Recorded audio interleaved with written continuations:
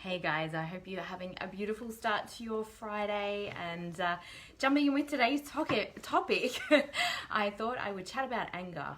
It's one of those emotions that a lot of people really struggle with at times and tend to have a lot of judgment either from others or certainly self-judgment as well. And I don't know if you guys are like me, but you know, when we were angry as kids, we were probably sent to our room, or there was certainly a withdrawal of love, approval, which is completely understandable. I know what that's like as a parent as well. Good morning, good morning. Say hello if you're just jumping on here as well. It's great to have you on here. And so what I'm going to be talking about is obviously anger when it comes up, and what to actually do with this, because anger is a very, very important emotion to allow ourselves, number one, to feel, and it's often a very, very important emotion to be able to understand what is the message that anger is actually trying to tell us. What is it trying to let us know? Often it can be an indication that boundaries have been broken or that something has been violated internally for you. So either there's something that's actually happened and it's a very strong message, it's a very strong signal that, hey, we need to look at this, and hey, we need to be super aware of this, and what is the message around this as well. Now, when we've been shamed, or perhaps had a strong, strong reprimand, or told, being angry is wrong and get to your room, or any of those other emotions that can kind of get attached then to, so guilt or shame to the emotion of anger, sometimes we tend to push it down and we tend to suppress it and feel guilty or bad or wrong for that, and actually miss the message or don't get to have the message. Now, of course, anger can also be quite destructive, particularly if it's allowed to build for a long period of time. Hence my, do you implode or do you explode? Implosion is just as destructive as explosion. And explosion, if you've ever been around anybody that was an exploder rather than an imploder with anger, we've all probably been caught in the firing line of that at times as well, where somebody's really angry. It may have nothing to do about you, but just either their energy or the snappiness, and I can put my hands up a million times as well around this. So good morning, great to have you guys on. I'll have to have a look. Hey Erica, lovely to have you on here, and Sandra. So definitely, like, it is, I can see my hair sticking up in there now. I'm being a bit vain.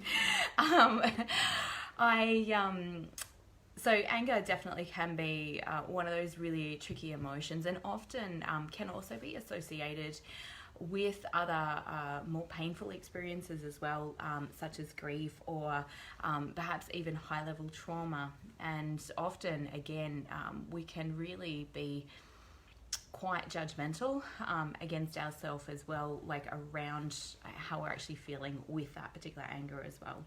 So one of the best things that I've ever found for myself, because I was angry that I was angry, so if you've ever looped in particular emotions or it just keeps cycling through your system, often it's because A, you haven't got the message, so you actually haven't stopped to tune in to ask, what am I actually really angry about? What's actually gone on here?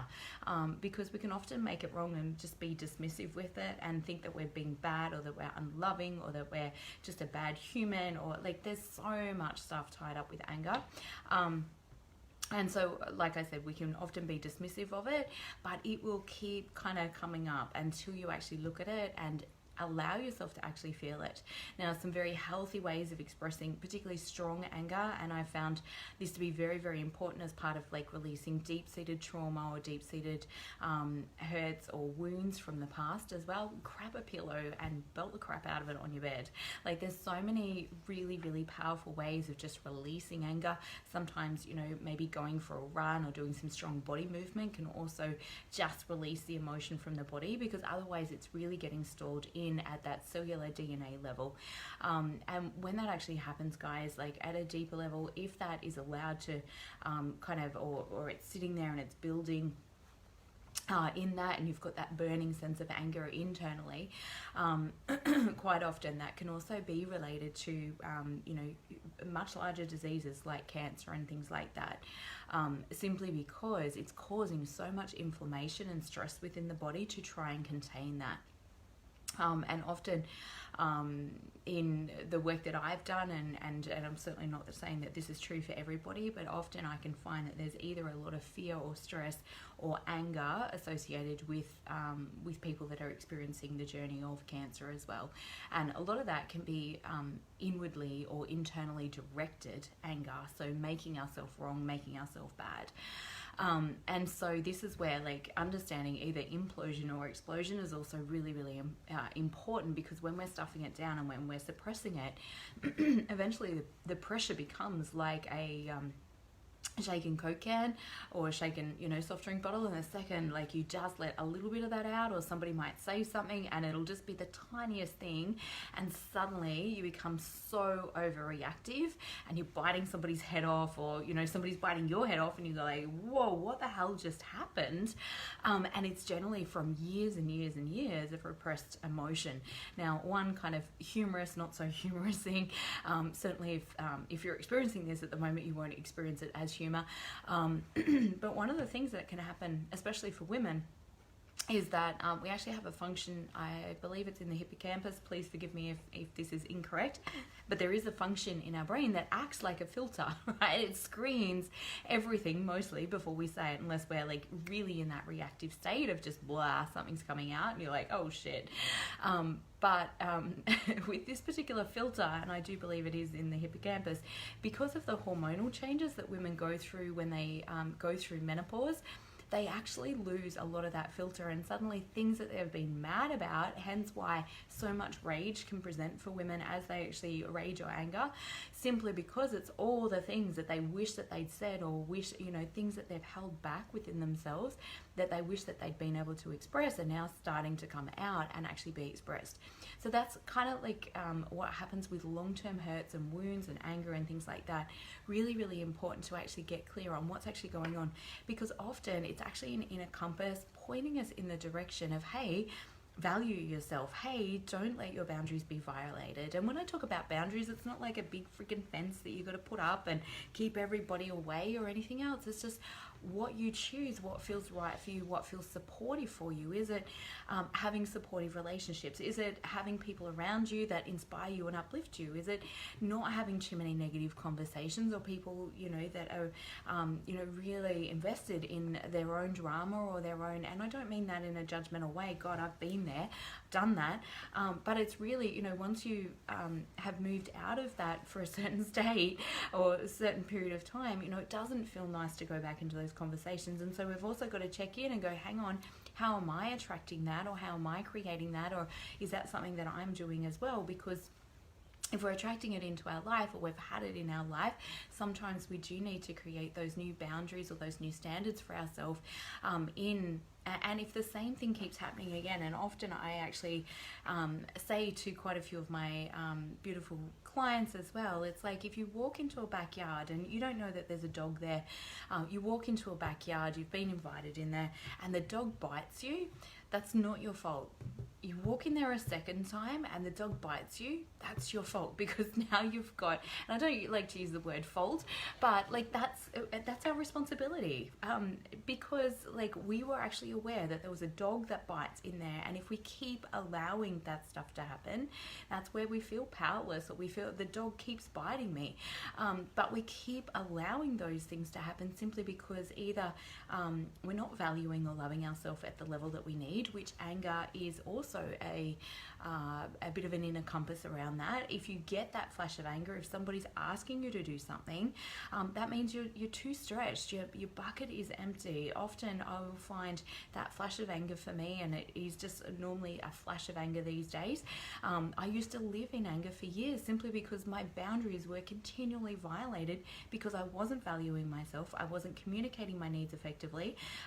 My way of asking for help was like slamming cupboard doors of a night time as I was preparing tea if I wanted somebody to help me with tea.